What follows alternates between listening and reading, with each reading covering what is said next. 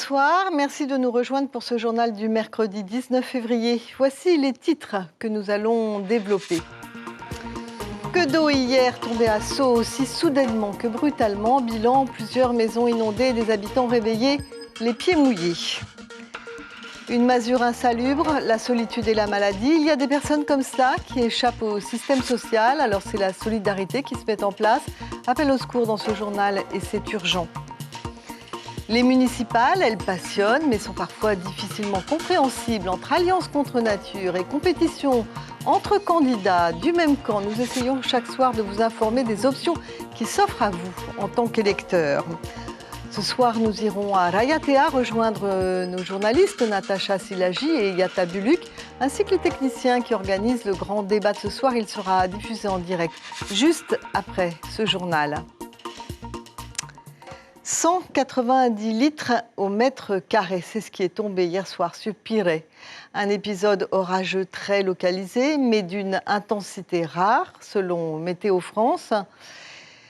C'est la saison, vous me direz, mais voilà, parfois des pluies s'abattent, des pluies vraiment fortes s'abattent soudainement, provoquant des inondations et quelques dégâts, toujours difficiles à vivre pour les habitants. Certains quartiers de Papeete n'ont pas été épargnés.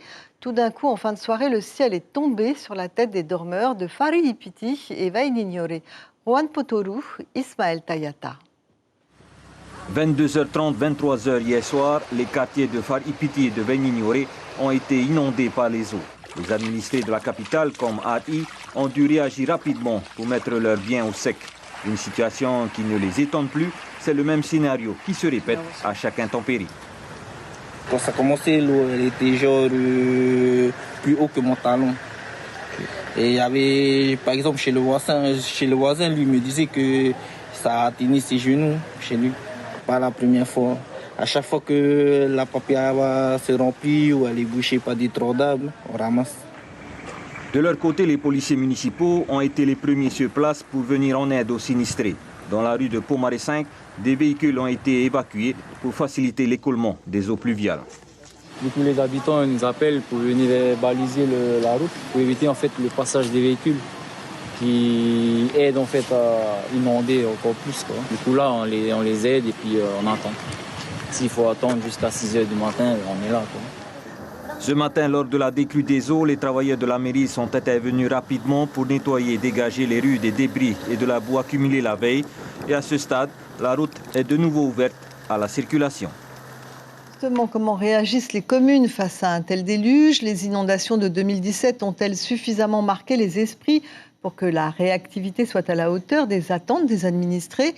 Mélissa Chong et Patrick Tsing ont suivi les services techniques de Haroué à pied d'œuvre pour nettoyer la voirie et intervenir auprès de la population. Depuis hier soir, 23h, les interventions s'enchaînent. Oui, je passe là.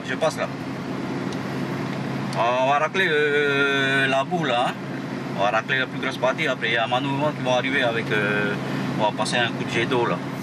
Les lances à eau en main, les services techniques de la commune de Haroué sont intervenus jusqu'au petit matin.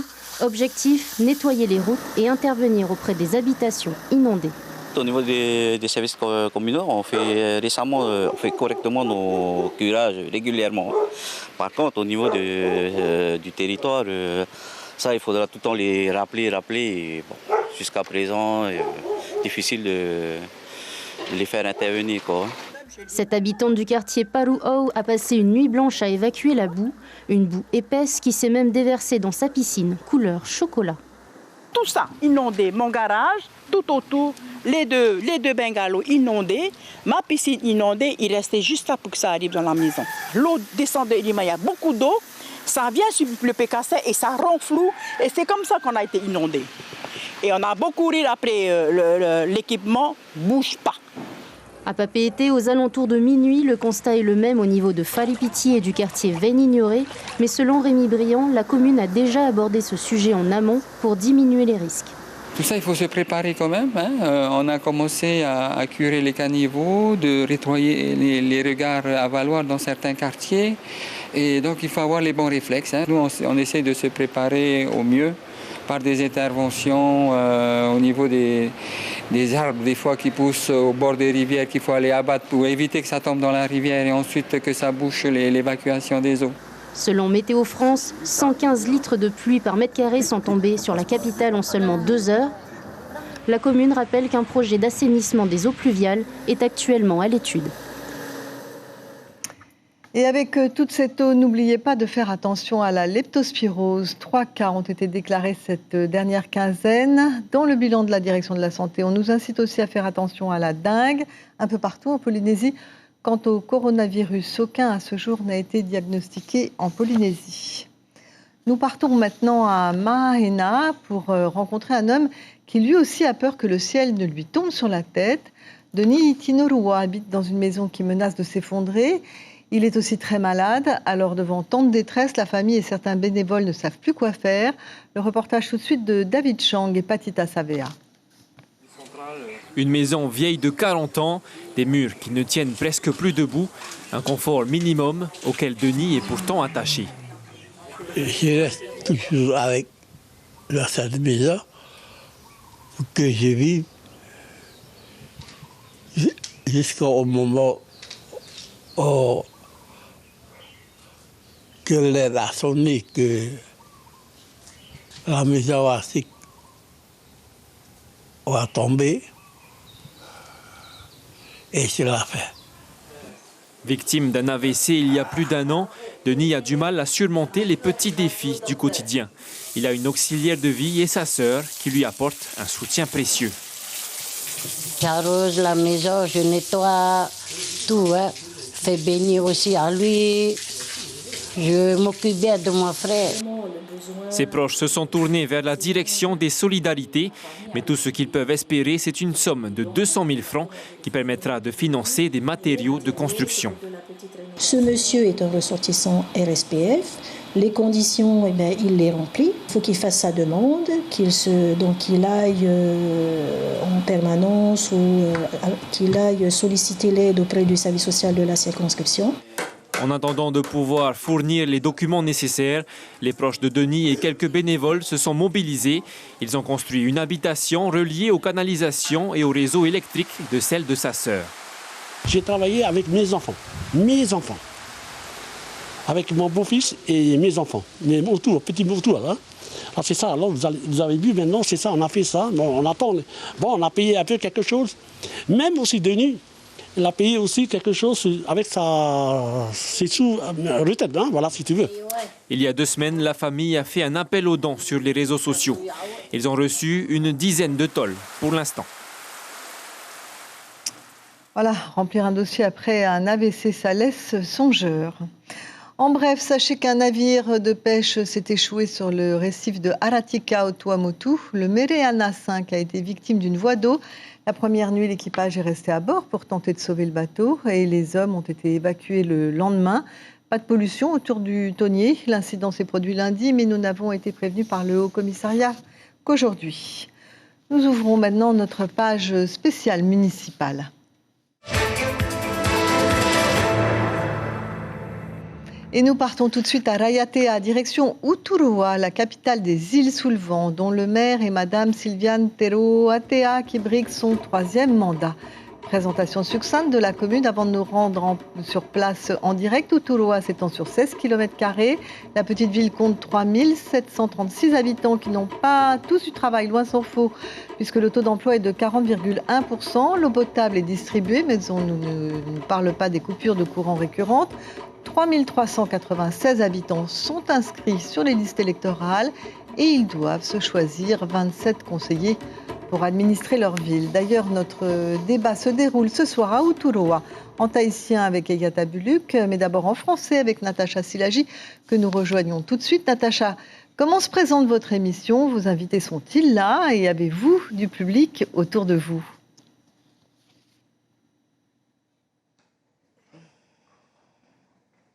Bonsoir à tous, nous sommes en direct de la capitale des îles sous le vent. Les candidats sont déjà là, le public aussi, vous le savez. Ici, c'est le tourisme nautique qui est le poumon économique. Mais il y a aussi les préoccupations quotidiennes de la population, parmi lesquelles les coupures d'électricité récurrentes en tête de la liste noire. Nous en parlerons aussi ce soir. Et puis il y a la santé, avec le seul hôpital de l'archipel des îles Sous-le-Vent, toujours plus vêtu, s'il en sera question tout à l'heure. On attend vos questions justement sur Facebook. C'est juste après le journal et c'est en direct. Merci Natacha, belle soirée. Notons qu'il y a quelques jours, Inácio Raveno et Mirko Van Fon ont demandé aux passants de Uturoa ce qu'ils feraient pour leur commune s'ils occupaient le fauteuil de premier magistrat. C'est notre rubrique « Si j'étais maire ». Voici leur réponse. Je ne sais pas comment je dis pour la mairesse, moi je ne sais pas. Mais pour toi, qu'est-ce qu'il faut améliorer ici? Je parle du marché. Pour moi, il y a plein de trucs. Je ne vais m'occuper que de moi. Je ne ferai pas attention à la population comme ceux qui sont déjà en place actuellement. Quand tu les sollicites, ils ne viennent pas. Mais que voulez-vous y faire? Je ne sais pas aussi comment il faut dire. C'est le... Voilà, c'est ça, oui. La pêche, tourisme. Pour attirer les gens ici aussi. Hein. Oui, c'est ça. Et prendre les gens qui travaillent pour aller travailler. Et tu penses à leur faire quoi, travailler? Faire le fabou, c'est pas, c'est un terrain pour mettre dessus, pour cultiver nos mains. Je sais même pas dire. Je sais pas quoi dire. En ce qui concerne les communes, si le pays ne les soutient pas, elles n'avanceront pas. Par contre, si tu te rapproches du pays, celui-ci te soutiendra, quelle que soit ta demande. C'est au pays aussi à gérer les problèmes rencontrés par les communes. Ça, c'est certain.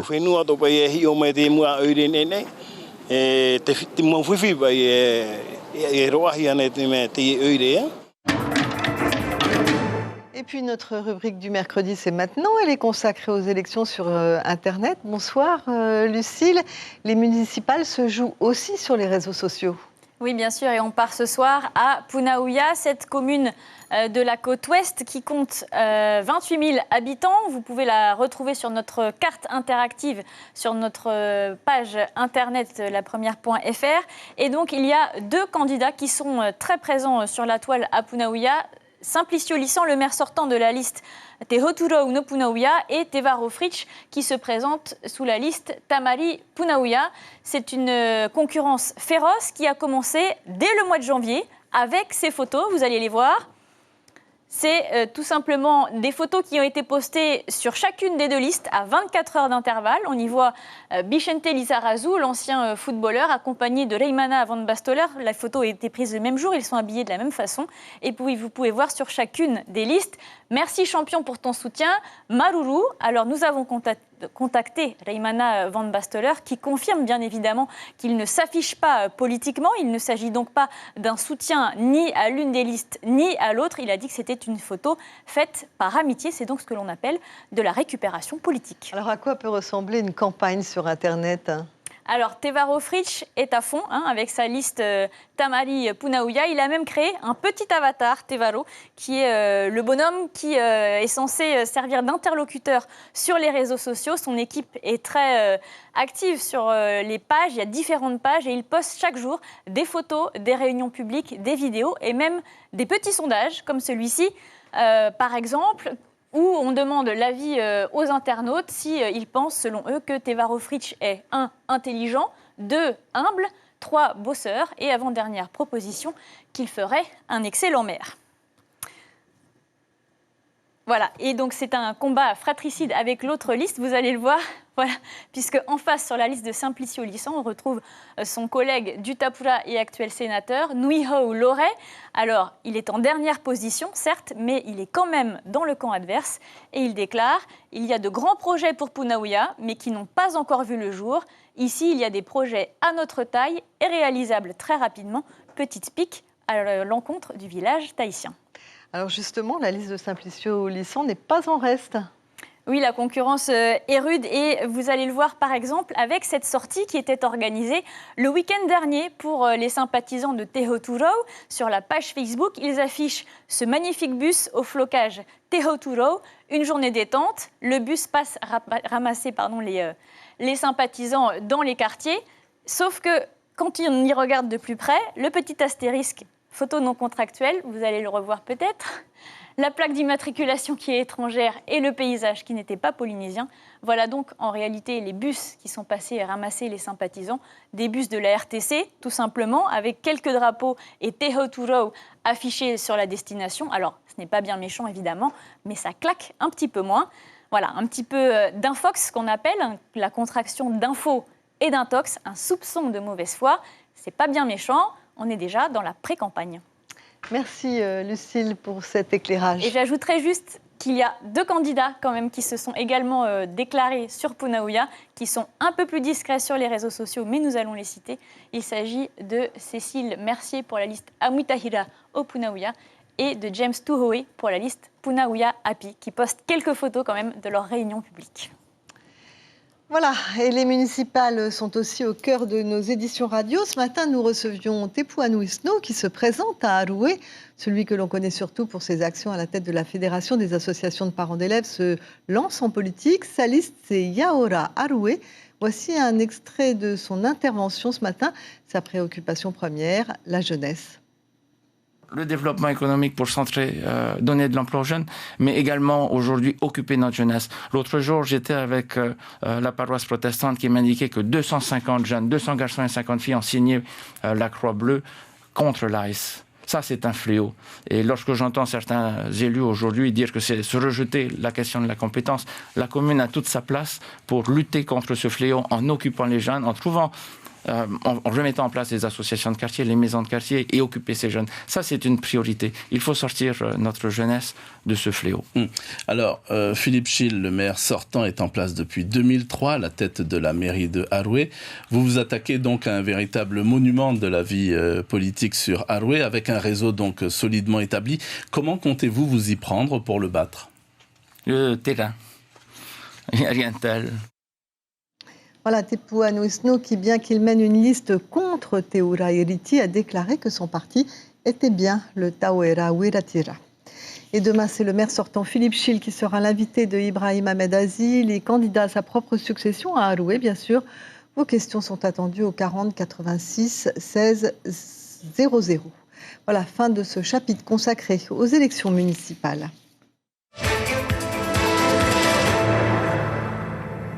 Connaissez-vous les éco-sentinelles? Ce sont en fait des citoyens formés par la Fédération des associations de l'environnement de la Polynésie.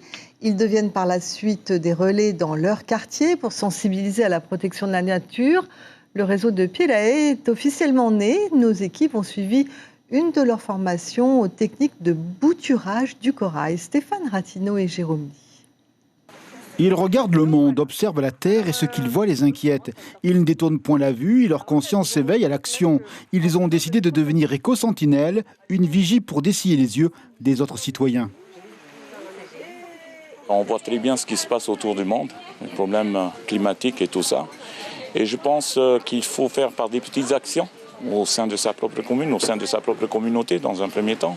Et puis au fur et à mesure, cela prendra de l'ampleur. C'est les petits gestes, même si ce n'est pas à la hauteur, mais si on ne commence pas aujourd'hui avec les petits gestes, on ne commencera jamais. À la pointe des pêcheurs, les bénévoles partagent leurs convictions, leurs connaissances avec les habitants de Pirae, à l'engagement environnemental, la vie des océans, la chaîne alimentaire, tout y passe pour donner une information à la hauteur des attentes. Tout compte quand la Terre vit un contre-la-montre cruellement inquiétant. C'est un premier pas et il est très très important. Déjà, comme tu dis, pour réveiller les consciences, apprendre aux gens quels sont les bons gestes, quels sont les mauvais gestes, comment agir face à quelles contraintes on subit. Et oui, c'est très important. Une semaine de formation à l'intense programme. Cet après-midi, l'atelier est au bouturage. Un enjeu majeur pour le devenir du lagon, mais pas que. À Punauia, sous les eaux, poussent des jardins coralliens où les bénévoles réparent un peu l'outrage fait par les hommes. Une technique simple appelée à se reproduire. C'est une découverte pour nous en tant qu'éco-sentinelle.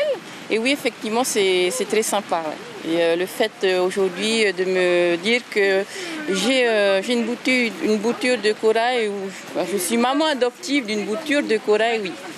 C'est la 3e fois qu'une promotion d'éco-sentinelle est formée en Polynésie.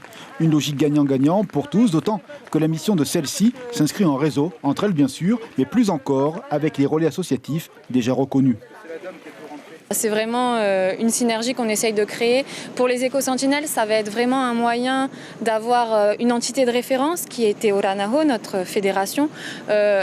On va un peu les légitimiser à aller toquer à la porte peut-être du gouvernement pour lancer certaines initiatives. De petits gestes bien sûr, presque anonymes, mais un élan possible pour une humanité plus durable. Un mot de sport pour vous dire qu'il y avait du basket hier soir, des matchs comptants pour la Coupe fédérale de Tahiti. Haorei, que vous voyez jouer en bleu, s'est imposé face à Central B en rouge. Et victoire aussi de JT face à Central A. Nous écoutons tout de suite Larry Teri Tema Tawa, capitaine de l'équipe de Haorei. Il élabore déjà ses stratégies pour les prochaines rencontres. C'est ça, on fait tourner, on essaie de mettre en place des systèmes, de mettre en place la défense pour préparer justement la demi-finale et éventuellement la finale. Donc là, on met en place les systèmes et on fait en sorte que tout le monde puisse jouer. Parce qu'arriver en demi ou finale, la rotation va être limitée. Donc ce soir, on profite pour faire jouer tout le monde. Voilà, prochain match demain soir pour les demi-finales dans la salle de Fatawa. À 18h30, JT sera opposé à Haorei et à 20h, rencontre entre Excelsior B et Excelsior A. Brièvement, une info rugby. Teiva Jacquelin poursuit sa progression au niveau national. Le Tahitien licencié à Mont-de-Marsan de le Sud-Ouest est parti rejoindre ce matin l'équipe de France de rugby à 7, un stage de préparation en vue du tournoi World Series de Los Angeles et de Vancouver. Teiva Jacquelin est un ancien joueur de Pirée. Voilà pour les infos ce soir. Nous avons choisi de mettre en une ces inondations soudaines qui ont surpris en plein sommeil les habitants de plusieurs quartiers de Papeete et de Pirée. Quant à nos confrères de la presse écrite, ils vont titrer ainsi leur édition de demain, jeudi. La Dépêche fait sa une sur la concurrence dans la téléphonie mobile. Quant à Tahiti Info, il titre « Les oranges sont dans le rouge ». Voilà, merci d'avoir suivi ce journal. Demain, les matinales radio seront présentées par Ibrahim Ahmedazi et Carlos Natoua. N'oubliez pas notre débat en direct de Rayatea, présenté en tahitien par Eyata Buluk et en français par Natacha Silagi. Puis suivra une émission passionnante sur les pouvoirs extraordinaires du corps humain et on parlera d'amour, ce qui va nous changer un peu. Bonne soirée à tous.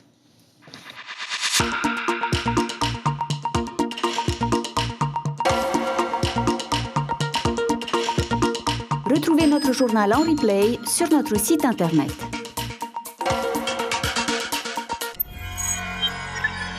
Retrouvez ce programme en replay sur notre site internet